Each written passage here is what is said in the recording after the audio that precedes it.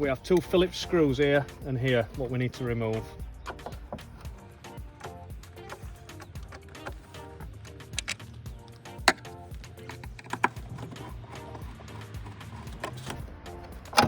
Those out.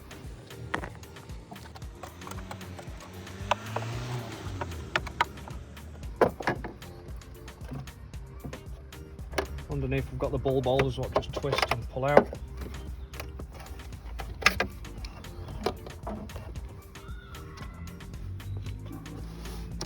You need to remove your bulbs out of your existing bulb holders.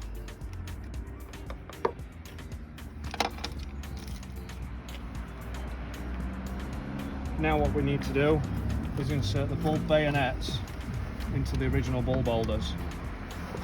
So these just twist and go in just like a normal bulb would.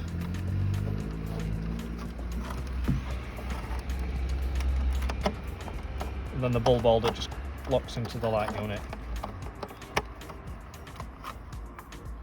Same with the other. So this one's for stop and tail.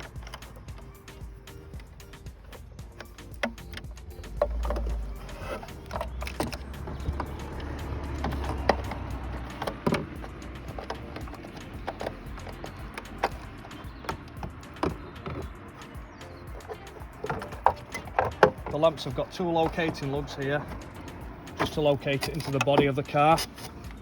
Once that's pressed in firm, all we need to do is just pop the two screws in.